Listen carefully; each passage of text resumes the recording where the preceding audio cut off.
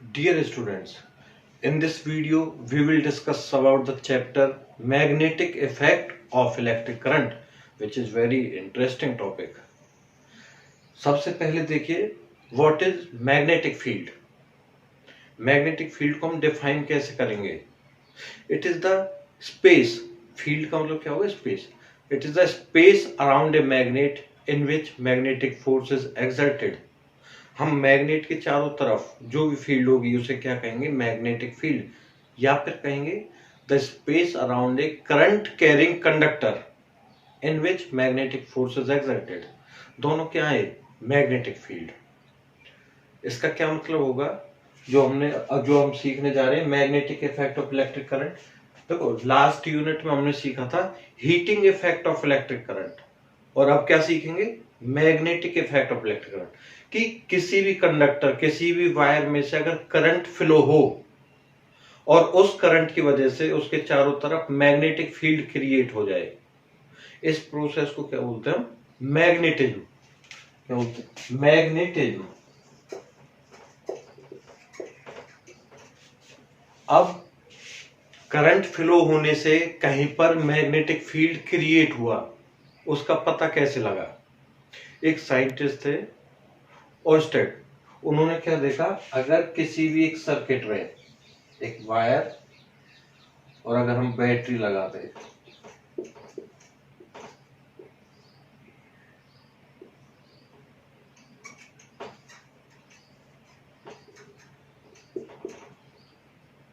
Switch on करते ही current flow होगा। अगर उसके साइड में अगर हम एक कंपास रख दें तो जो मैग्नेटिक नीडल है वो एक पर्टिकुलर डिफ्लेक्शन देगा। इसका क्या मतलब है? जब करंट फ्लो नहीं था तब उसकी पोजीशन थी ये नॉन डिफ्लेक्शन की, और जैसे स्विच ऑन किया करंट फ्लो हुआ, उसने एक पर्टिकुलर डायरेक्शन में डिफ्लेक्शन दिया।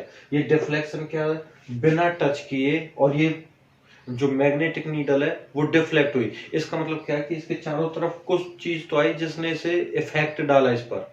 वो क्या थी? एक magnetic field. Inside the magnetic field there are magnetic field lines. इसका क्या मतलब है? These are the lines present in magnetic field along with north magnetic pole move। कोई भी अलाइन कर जाए नॉर्थ मैग्नेटिक पोल, जिस डायरेक्शन में मैग्नेटिक फील्ड होगी उसी डायरेक्शन में नॉर्थ मैग्नेटिक पोल होगा। अब मैग्नेटिक फील्ड लाइंस की प्रेजेंस, उसका एहसास या फिर कैसे पता चला कि ये प्रेजेंट होती हैं? तो साइंटिस्ट ने लिया कि एक कार्डबोर्ड लिया जिसके थ्रू एक वायर पास किया इस तरीके से। कार्डबोर्ड है कोई भी, और ये वायर, और उसने आयरन फिलिंग्स, कुछ लोहे के छोटे छोटे टुकड़े स्प्रिंकल कर दिए चारों तरफ। स्प्रिंकलर जैसे किए तो और करंट पास किया उस वायर में से।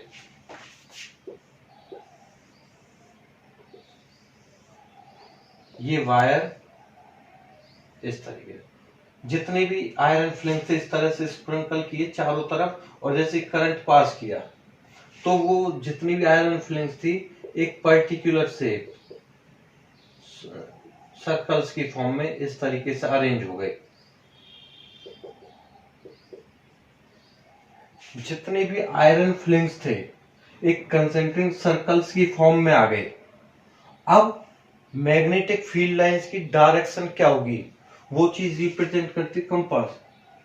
जिस भी डायरेक्शन में मैग्नेटिक फील्ड होगी उसी डायरेक्शन में कंपास की जो मैग्नेटिक नीडल है वो डिफ्लेक्शन प्रोड्यूस करती है। अब जब ये ऐसे राउंड की फॉर्म में आ गए, यहां पर जब कंपास रखा, अब उसने डिफ्लेक्शन क्या दिया? यहां पर जब कंपास रखा उसने डिफ्लेक्शन क्या दिया? अगर इसी की बात करें यहां पे रखा तो क्या डिफ्लेक्शन मिला? वो आगे रूल्स बताएंगे कि क्या रूल्स थे। तो जैसे करंट यहां चल रहा है तो इस तरीके से जो मैग्नेटिक फील्ड लाइन पैटर्न है वो ये होगी। यहाँ पर मैग्नेटिक फील्ड की डायरेक्शन ये, यहाँ पर ये, इस तरीके से। और पर्टिकुलर डायरेक्शन किसने बताया हमें? कंपास ने। अब हम बात करते हैं properties of magnetic field lines.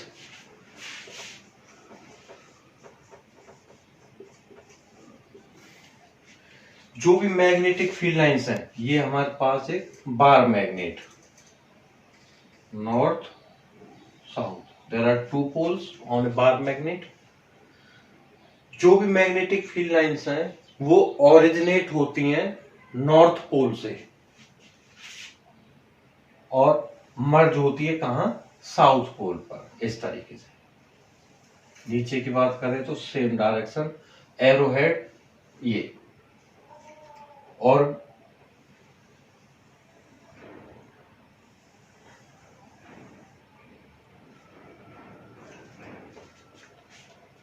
it is the direction of magnetic field lines outside the magnet, but inside the magnet from south pole to north। इस तरीके से याद रखना, मैग्नेटिक फील्ड लाइंस की डायरेक्शन आउटसाइड द मैग्नेट होती है from north to south pole, but inside the magnet from south to north. इसी वजह से हम कहते हैं कि क्लोज लूप बनाता है। जैसा अगर ऊपर वाली लाइन देखें हम इस तरीके से, और यहाँ साउथ से नॉर्थ एक क्लोज और कंटिन्यूअस जो लूप बनाता है मैग्नेटिक फील्ड लाइंस। दूसरा, अगर मैग्नेटिक फील्ड लाइंस इस तरीके से आए एक दूसरे को क्रॉस करके यहाँ और यहाँ, ये चीज पॉसिबल नहीं होगी। They never intersect each other. क्यों? अगर यहां पर हम एक कंपास रखें तो कंपास में क्या होती है, एक मैग्नेटिक नीडल और यहां पर दो मैग्नेटिक फील्ड लाइंस है, एक यहां और एक यहां। तो उस नीडल को इन दोनों को रिप्रेजेंट करना होगा कि मैग्नेटिक फील्ड यहां जा रही है और मैग्नेटिक फील्ड यहां जा रही है, या और याद रहे मैग्नेटिक जो नीडल है वो है एक। अब ये कैसे पॉसिबल होगा? At the same time same thing do not show two directions, so it is impossible, so they never intersect each other. Magnetic field lines are very close to each other at the poles but far away from each other at the other sides. These are the properties of magnetic field lines. यहाँ पर magnetic field lines की direction north to south है, उसका पता कैसे चला? Using compass. इस तरीके से प्लेस किया चारों तरफ। कंपास जो नीडल है, मैग्नेटिक नीडल, उन्होंने क्या रिप्रेजेंट किया कि अगर यहां पर देखें तो ये एरो हेड इस तरीके से, इसका क्या मतलब है? और हमने अभी सीखा था मैग्नेटिक फील्ड लाइंस जहां पर नॉर्थ मैग्नेटिक पोल अलाइन हो जाए। इसी से क्या पता चला कि मैग्नेटिक फील्ड की डायरेक्शन इस तरीके से, जो बताया किसने? कंपास ने। अब हम कुछ रूल्स की बात करेंगे जो बताते हैं जो मैग्नेटिक फील्ड प्रोड्यूस हुई उसकी डायरेक्शन क्या होगी। सबसे पहला, Maxwell right hand thumb rule. Maxwell's right hand thumb rule ये क्या बताता है? अगर कोई भी स्ट्रेट वायर है, मान लो ये स्ट्रेट वायर है और इसमें से करंट फ्लो हो रहा है, फॉर एग्जांपल करंट की डायरेक्शन है अपवर्ड डायरेक्शन, ये कि नीचे से करंट ऊपर जा रहा है, तो इसकी स्टेटमेंट क्या होगी? According to this rule, imagine यहाँ पर hold a wire in such a way your thumb points in the direction of current. अभी हमने बताया कि करंट ऊपर चल रहा है। Hold the wire in such a way your thumb points in the direction of current and the direction in which your fingers encircle the wire. Fingers encircle the wire will be the direction of magnetic field. मतलब क्या है? अगर current ऊपर चल रहा है तो wire को इस तरीके से पकड़ लो, यहाँ फिंगर्स के बीच में वायर है और ये पकड़ लिया।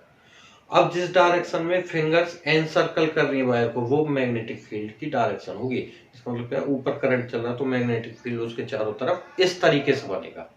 अगर करंट नीचे चल रहा है तो वायर को इस तरीके से पकड़ लो, तो अब मैग्नेटिक फील्ड इस डायरेक्शन में। पहले जब ऊपर चल रही थी तब ऐसे थी और जब नीचे जा रही तब ऐसे। ऐसे क्या है? Maxwell cork screw rule. Screw एक तरह से पेग। वो क्या होगा? Imagine driving the screw in the direction of current. and the direction in which we turn its handle is the direction of magnetic field. मान लो ये कोई भी एक नेल, अगर हम इसको नीचे जब कोई भी चीज कसते हैं क्या होता है, हम ऐसे ऐसे मोड़ते हैं, मोड़ते मोड़ते वक्त क्या होता है, नीचे जाता रहता है।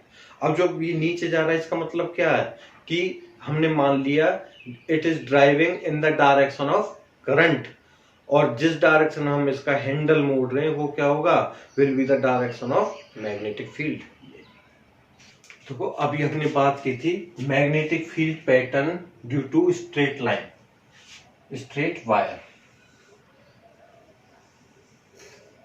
ये वायर जो एक कार्डबोर्ड में से पास हुआ किसी भी पेपर में से, अब पैटर्न बनाना है, मान लो इसकी डायरेक्शन है अपवर्ड करंट की।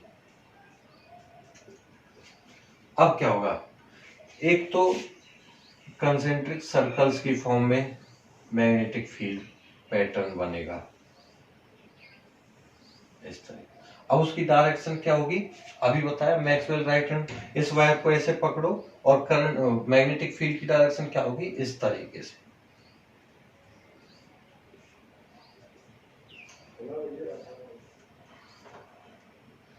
सेकंड, अगर हम एक सर्कुलर लूप की बात करें वो क्या होगा, ऐसी कार्डबोर्ड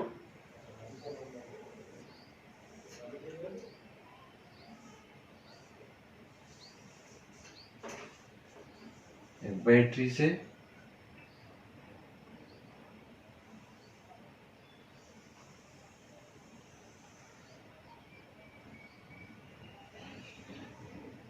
करंट की direction from positive to negative इस तरह। अब अगर इस पॉइंट की बात करें, ये वाला जो टर्मिनल है, यहां पर क्या है, करंट की डायरेक्शन ऊपर है, मैग्नेटिक फील्ड पैटर्न ऐसे बनेगा।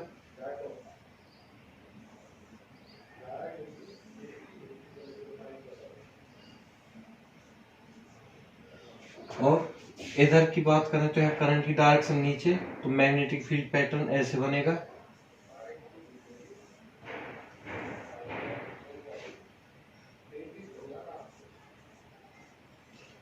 इसमें जो मैग्नेटिक फील्ड पैटर्न की डायरेक्शन है वो क्या है, मैग्नेटिक फील्ड पैटर्न है जो सेंटर की तरफ अगर हम बढ़ते जाएं तो दोनों साइड से मैग्नेटिक फील्ड स्ट्रेंथ इस तरीके से आ रही है, तो हम कह सकते हैं कि at the centre magnetic field strength is maximum. Magnetic field produced is directly proportional to strength of current flowing through circular loop. Second one, ये तो था एक सिंगल लूप, अगर यहां मान लो वायर के n नंबर ऑफ टर्न्स हैं इस तरीके से, तो जितने हम टर्न्स बढ़ेंगे उतना ही ज्यादा मैग्नेटिक फील्ड बढ़ेगा by increasing the number of turns of the coil. Second क्या था अभी बताया, by increasing strength of the current. और तीसरा क्या है, by decreasing the radius of the circular loop। इसका मतलब क्या है, मैग्नेटिक फील्ड को हम कैसे बढ़ा सकते हैं, जो रेडियस है उसको डिक्रीज कर दें। इसका मतलब क्या है, जो स्ट्रेंथ है मैग्नेटिक फील्ड प्रोड्यूस जो हुई है वो इनवर्सली प्रोपोर्शनल है radius of the circular loop. Bar magnet is always found in the form of dipole. इसका मतलब क्या है, there are two poles, north pole and south pole of a bar magnet. हमेशा ही डाइपोल की form में मिलेगा। अगर एक मैग्नेट को तोड़ दिया जाए, यहाँ नॉर्थ था यहाँ साउथ था, और उसको तोड़ दिया जाए, तब भी अपने आप इस मैग्नेट में भी नॉर्थ और साउथ क्रिएट हो जाएंगे, इसमें भी क्रिएट हो जाएंगे, लेकिन रिजल्ट क्या हमेशा एक डाइपोल की फॉर्म में मिलेगा। Now we will discuss clock face rule. अगर हमारे पास कोई भी रिंग है सर्कुलर कॉइल की इस तरीके से, if the current around the face is in clockwise direction,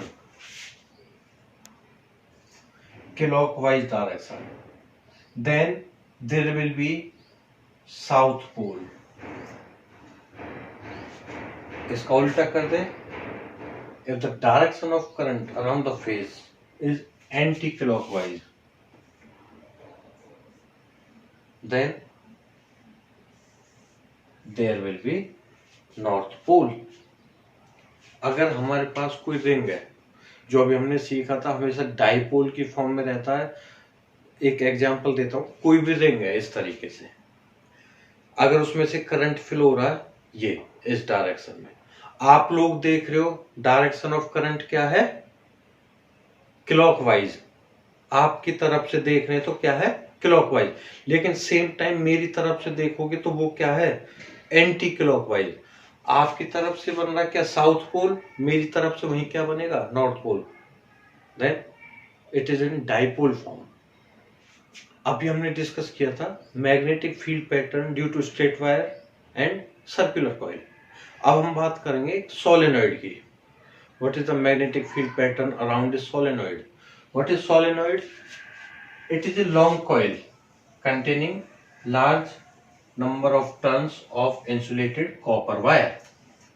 अगर इस वायर के दोनों एंड्स को मैं एक किसी बैटरी से कनेक्ट कर दूं इस तरीके से, तो करंट की डायरेक्शन यहां से इस तरीके से, इस तरीके का मतलब अब अगर यहां से देखेंगे तो क्लॉकवाइज डायरेक्शन होगी। क्लॉकवाइज का मतलब क्या होगा, यहां पर देगा वो साउथ पोलरिटी। जो करंट गया इस तरीके से कॉइल में गया, इसका मतलब क्या, क्लॉकवाइज। अब वही चलता हुआ करंट वहां से ऐसा आएगा, अगर वहां से देखें वो क्या होगा, एंटी क्लॉकवाइज। एंटी क्लॉकवाइज का मतलब क्या है, ये नॉर्थ पोल। अब जो हमारे पास कॉइल थी, मैं डॉटेड लाइन से ये शो कर रहा हूं कि इसकी जो पोजीशन है इतनी है। यहां पर बना साउथ पोल, यहां पर बना नॉर्थ पोल। अब ये किसकी तरह बिहेव कर रहा है, एक बार मैग्नेट की तरह। और सारी प्रॉपर्टी वो आ गई जो बार मैग्नेट में हमने सीखी थी, arise from north pole and into south pole, but inside south to north, इस तरीके से।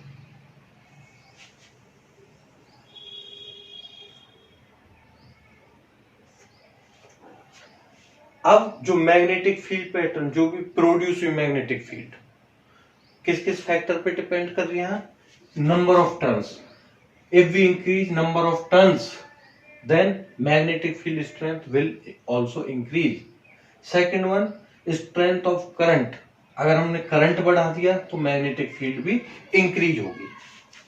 अब हम सोलेनॉइड का यूज क्या कर सकते हैं, टू फॉर्म टेम्परेरी मैग्नेट, जिसको बोलते हैं electromagnet and permanent magnet.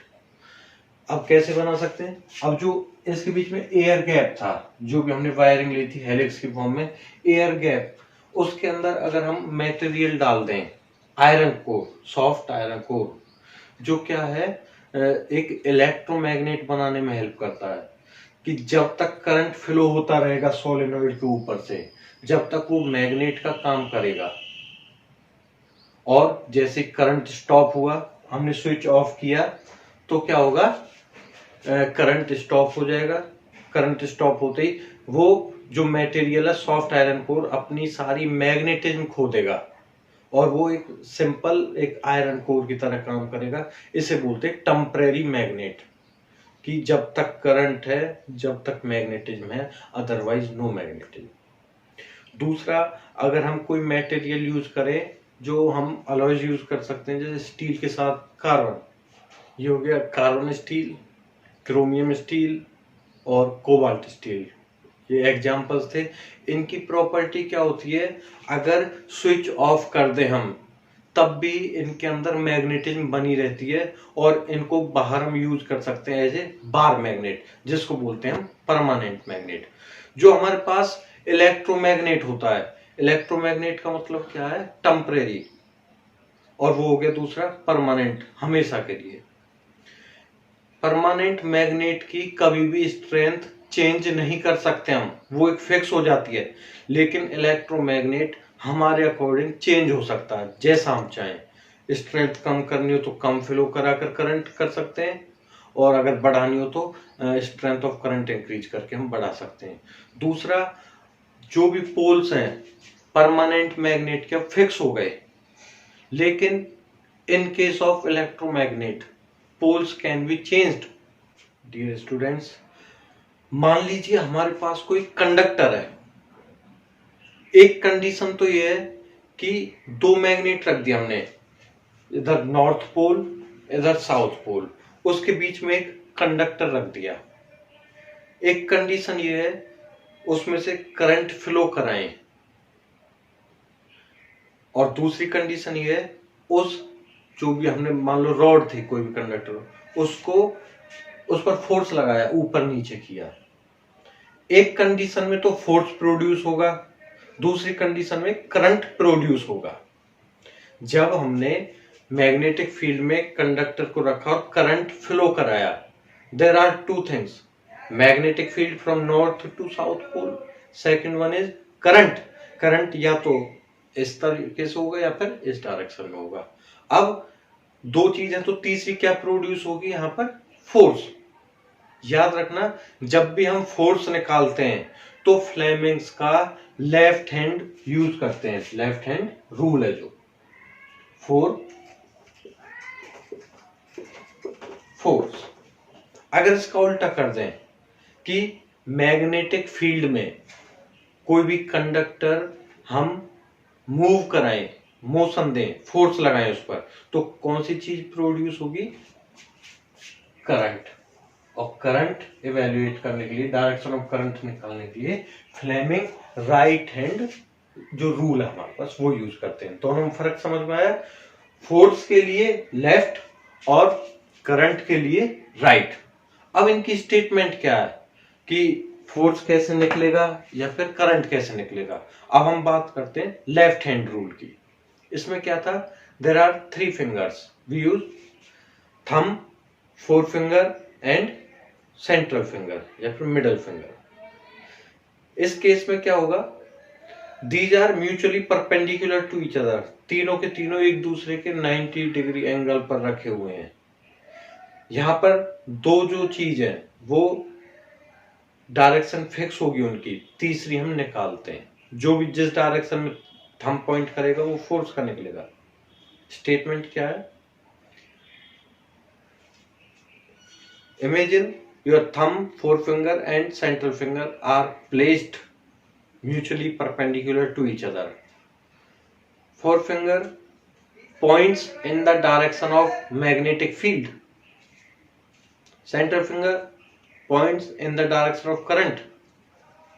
Last क्या होगी, and the direction in which your thumb points will be the direction of force.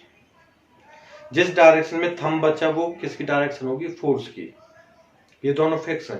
याद रखने का तरीका, एफ फोर्स के लिए थंब यूज करते हैं, फोर फिंगर है जो हमारे पास वो मैग्नेटिक फील्ड, और मिडिल फिंगर है वो करंट के लिए, father mother child. F father, F force, M mother, M magnetic field and C child, C current. Same right में यूज होगा। यहां निकाला हमने फोर्स। और right hand thumb rule, right hand rule क्या है, these are placed mutually perpendicular to each other. Thumb points in the direction of force, forefinger points in the direction of magnetic field, and the direction in which center finger points will be the direction of current. यहां पर हमने क्या निकाला, current. Last जो line है वो क्या थी, and the direction in which centre finger points will be the direction of current. Left में क्या था, and the direction in which thumb points will be the direction of force. Dear students, now we will discuss very interesting topic, electric motor, जो हम घरों में use करते हैं। जैसे फॉर एग्जांपल स्विच ऑन किया, फैन ऑन हो गया, उसके अंदर क्या है, एक इलेक्ट्रिक मोटर। अब उसकी प्रिंसिपल किस पर वर्क करता है, वर्किंग क्या, उसके बारे में सीखते हैं। What is electric motor? It is a device which convert electrical energy into mechanical energy. अभी हमने जैसे यूज किया कि स्विच ऑन किया, स्विच ऑन करते क्या हुआ, उसको इलेक्ट्रिसिटी मिली, उस इलेक्ट्रिक एनर्जी को किस में चेंज करते, मैकेनिकल कोई वर्किंग में, उसे कहते हैं हम क्या, इलेक्ट्रिक मोटर। अब इस इलेक्ट्रिक मोटर का प्रिंसिपल क्या होगा कि किस पर डिपेंड करेगा ये। जैसे हमने फ्लेमिंग लेफ्ट हैंड रूल में सीखा था, if there are two things, magnetic field and current, then force is exerted on the coil when it is placed in magnetic field. अब इसमें क्या है, ये कोई भी कॉइल है ABCD और दो मैग्नेट्स के बीच में रखी, तो यहाँ पर मैग्नेटिक फील्ड होगा नॉर्थ टू साउथ डायरेक्शन। दूसरा, बैटरी से जब करंट गया, अब फील्ड भी है करंट भी है, तो आर्म्स पर क्या होगा, एक फोर्स एक्सर्ट होगा, ये इसकी क्या होगी, प्रिंसिपल वर्किंग। अब हम बात करते हैं इसकी कंस्ट्रक्शन क्या होगी। There are two magnets north and south, और किस शेप की होते हैं, हॉर्स शू, मतलब हम कह सकते हैं कि इस तरीके से इन दोनों का शेप क्या होगा ये, ताकि जो कॉइल इनके बीच में आसानी से रोटेट कर सके इस तरीके से। और इसकी सर्कुलर फॉर्म, सर्कुलर फॉर्म क्यों होती है, ताकि मैग्नेटिक फील्ड की स्ट्रेंथ बढ़ सके और कॉइल की हर एक पोजीशन पे मैक्सिमम मैग्नेटिक फोर्स एक्सर्ट कर सके, किस पर, कॉइल पर, जिसको हम बोलते हैं to form a radial field. हर किसी पोजीशन पे, मान लो ये शेप है इस तरीके से और कॉइल की पोजीशन ये यहां परपेंडिकुलर हुई, अगर कॉइल की शेप हो गई ये तो इसके लिए परपेंडिकुलर हुई, यहां पर तो इसके लिए परपेंडिकुलर। हर किसी पोजीशन पे क्या होगा, मैग्नेटिक फोर्स की जो स्ट्रेंथ है उसे मैक्सिमम मिल सके। दूसरा, इसके दोनों एंड्स, इस कॉइल के दोनों एंड्स किससे कनेक्टेड है, कम्यूटेटर रिंग्स, जिसको बोलते हैं split rings, half rings. Split rings का काम क्या है, करंट की डायरेक्शन को चेंज करते रहना, रिवर्स करते रहना बार बार। और ये दोनों क्या है, P और Q दोनों क्या है, कार्बन ब्रशेस। जो भी बैटरी से वायर्स आ रही हैं वो डायरेक्ट इस हाफ स्प्लिट रिंग से कनेक्ट नहीं होते। अगर डायरेक्ट कनेक्ट कर दी जाए तो क्या होगा, कॉइल रोटेट करेगी, कॉइल रोटेट करेगी, साथ में ये वायर्स भी रोटेट करेंगे, दे विल गेट ट्विस्टेड। अब इस इफेक्ट से बचाने के लिए क्या यूज किया, कार्बन ब्रशेस। कार्बन ब्रशेस ये परमानेंट अटैच नहीं होते इन रिंग्स के साथ, एक टेम्परेरी, सिर्फ एक कनेक्शन देने के लिए। और ये वायर्स कार्बन ब्रशेस और बैटरी से कनेक्ट है, किसके, इनके बीच में क्या है, स्विच। कार्बन ब्रशेस का काम क्या होता है कि जो भी करंट आया बैटरी से उसे कॉइल तक पहुंचा देना, किसके थ्रू, कम्यूटेटर रिंग्स के through. Here ABCD, it is the rectangular coil which is also known as armature coil, which is free to rotate in between the magnets। और ये क्या है, शाफ्ट, जिसके चारों तरफ ये मैग्नेट, ये कॉइल घूमती रहती है। Now we will discuss about the working of electric motor, how it is work. जैसे हमने स्विच ऑन किया और जो करंट है कार्बन ब्रश P के थ्रू, कम्यूटेटर रिंग के थ्रू कहां पहुंचा, आर्म AB में, और फ्रॉम C to D, इस तरीके से यहां से करंट फ्लो हुआ। अब इस करंट फ्लो होने की वजह से अभी हमने सीखा था क्या होगा, मैग्नेटिक फील्ड प्रोड्यूस होगी। दूसरा, एक मैग्नेटिक फील्ड इन पोल्स की वजह से, नॉर्थ टू साउथ, एक मैग्नेटिक फील्ड तो ये है, और एक करंट की वजह से प्रोड्यूस हुई। अब ये दोनों मैग्नेटिक फील्ड क्या करेंगे, इंटरेक्ट, और ये इंटरेक्शन इस कॉइल को कॉज करेगा ताकि ये रोटेट कर सके। अब कैसे रोटेट करेगा, कहां रोटेट करेगा, वो अब सीखते हैं। देखिए, consider initially the coil is placed horizontally, इस तरीके से, और मैग्नेट जो है नॉर्थ पोल यहां पर है, साउथ पोल यहां पर है, मैग्नेटिक फील्ड की डायरेक्शन है राइट टू लेफ्ट। और जो आर्मेचर कॉइल है ABCD, जब बैटरी से करंट फ्लो हुआ इस डायरेक्शन में, ये करंट की डायरेक्शन क्या है, इस आर्म में फ्रॉम A to B, और इस आर्म में क्या है, C to D। करंट की डायरेक्शन ये और ये, मैग्नेटिक फील्ड की डायरेक्शन थी ये। अब फ्लेमिंग लेफ्ट हैंड यूज करेंगे क्योंकि अब यहाँ पर करंट भी और मैग्नेटिक फील्ड भी। तीसरी चीज क्या निकालनी है हमें, फोर्स की किस डायरेक्शन में मूव करेगा। तो कौन सा यूज करते हैं हम rule, Fleming left hand rule. इस आर्म पे यूज करते हैं CD पर। करंट की डायरेक्शन क्या है, from C to D, current represent करती है फिंगर, करंट इस डायरेक्शन में गया। मैग्नेटिक फील्ड की डायरेक्शन क्या थी, फ्रॉम राइट टू लेफ्ट इस डायरेक्शन में, C to D ये, और मैग्नेटिक फील्ड की डायरेक्शन ये। जो थंब पॉइंट करेगा वो क्या होगा, फोर्स। तो आर्म CD कहां पर मूव करेगा, ऊपर, अपवर्ड डायरेक्शन में। सिमिलरली अगर इस फेज पर, इस आर्म पर हम रूल लगाएं, फ्लेमिंग लेफ्ट हैंड रूल, तब ये कहां पर मूव करेगा, लगाकर देख लेना, नीचे, डाउनवर्ड डायरेक्शन में। अब इस कंडीशन में क्या होगा, ये आर्म तो जाएगी ऊपर, ये आर्म जाएगी नीचे, इस तरीके से। अब ये एंटी क्लॉकवाइज रोटेट करने लगी, एंटी क्लॉकवाइज। अब जैसे ही पोजीशन आती है इसकी वर्टिकल, इस तरीके से, जो ये एयर गैप है दोनों रिंग्स के बीच में, अब उनके साथ क्या आ गया, जो हमारे कार्बन ब्रशेस थे एयर गैप में आ गए। इस दौरान क्या होगा, करंट स्टॉप होगा, कहां पर, कॉइल से फ्लो होना। जैसे ये इस पोजीशन से ऐसे आया तो एयर गैप में गया, एयर गैप का मतलब क्या है, कनेक्शन टूट जाना, कनेक्शन टूट गया तो मतलब करंट बंद हो गया। लेकिन ये कॉइल रुकेगी नहीं, क्यों, क्योंकि इसके पास पहले से मोमेंटम है, और मोमेंटम की वजह से ऐसे आते आते फिर से ये पहुंच गई। अब इस दौरान क्या होगा, जो आर्म AB यहां थी वो पहुंच गई यहां पर, और CD जो यहां थे वो पहुंच गए यहां पर। अब क्या है, इसकी पोजीशन क्या हो गई, ये दोनों इंटरचेंज, A की जगह D और इसकी जगह A, और ऐसे ही C, और यहां पर क्या आ गया, B। अब क्या होगा, बैटरी का पॉजिटिव यहां से इस तरीके से। अब करंट की डायरेक्शन क्या है इस आर्म में, from D to C and B to A। यहां पर रिवर्स हो गया, किसकी वजह से, सिर्फ कम्यूटेटर रिंग्स की वजह से, जो रिवर्स करता रहता हमेशा डायरेक्शन किसकी, करंट की। लेकिन अगर अब दोबारा से इस आर्म पर हम बात करें किसकी, एक फोर्स एग्जर्ट की किस डायरेक्शन में हुआ, तो यहाँ करंट कैसा है, यहां से आया और ऐसे गया, पहले की तरह इस तरीके से, करंट, मैग्नेटिक फील्ड, फोर्स। अब भी ये जो आर्म है वो कहां जाएगी, अपवर्ड, और ये वाली आर्म कहां जाएगी, डाउनवर्ड। पहले हाफ रोटेशन में भी एंटी क्लॉकवाइज रोटेशन था इसका, और सेकंड हाफ में भी एंटी क्लॉकवाइज। जब तक करंट है, जब तक ये रोटेट करते रहेंगे और ये प्रोसेस चलती रहेगी, और इसी को क्या बोलते हैं हम, मैकेनिकल वर्क। अब जो इलेक्ट्रिक मोटर है उसकी स्ट्रेंथ हम कैसे बढ़ा सकते हैं, उसकी जो कैपेसिटी है, जो मैग्नेटिक फील्ड प्रोड्यूस हुआ। एक तो जो एक कॉइल थी, हमने एक लेकर चले, हम कितने n नंबर ऑफ टर्न्स अगर ले लें, नंबर ऑफ टर्न्स बढ़ाने से इसकी स्ट्रेंथ बढ़ेगी। दूसरा, अगर सॉफ्ट आयरन कोर इसके अंदर डाल दें, चारों तरफ बाउंड कर दें कॉइल को, सॉफ्ट आयरन कोर, तो वो क्या है, इसकी मैग्नेटिज्म बढ़ाने में हेल्प करता है।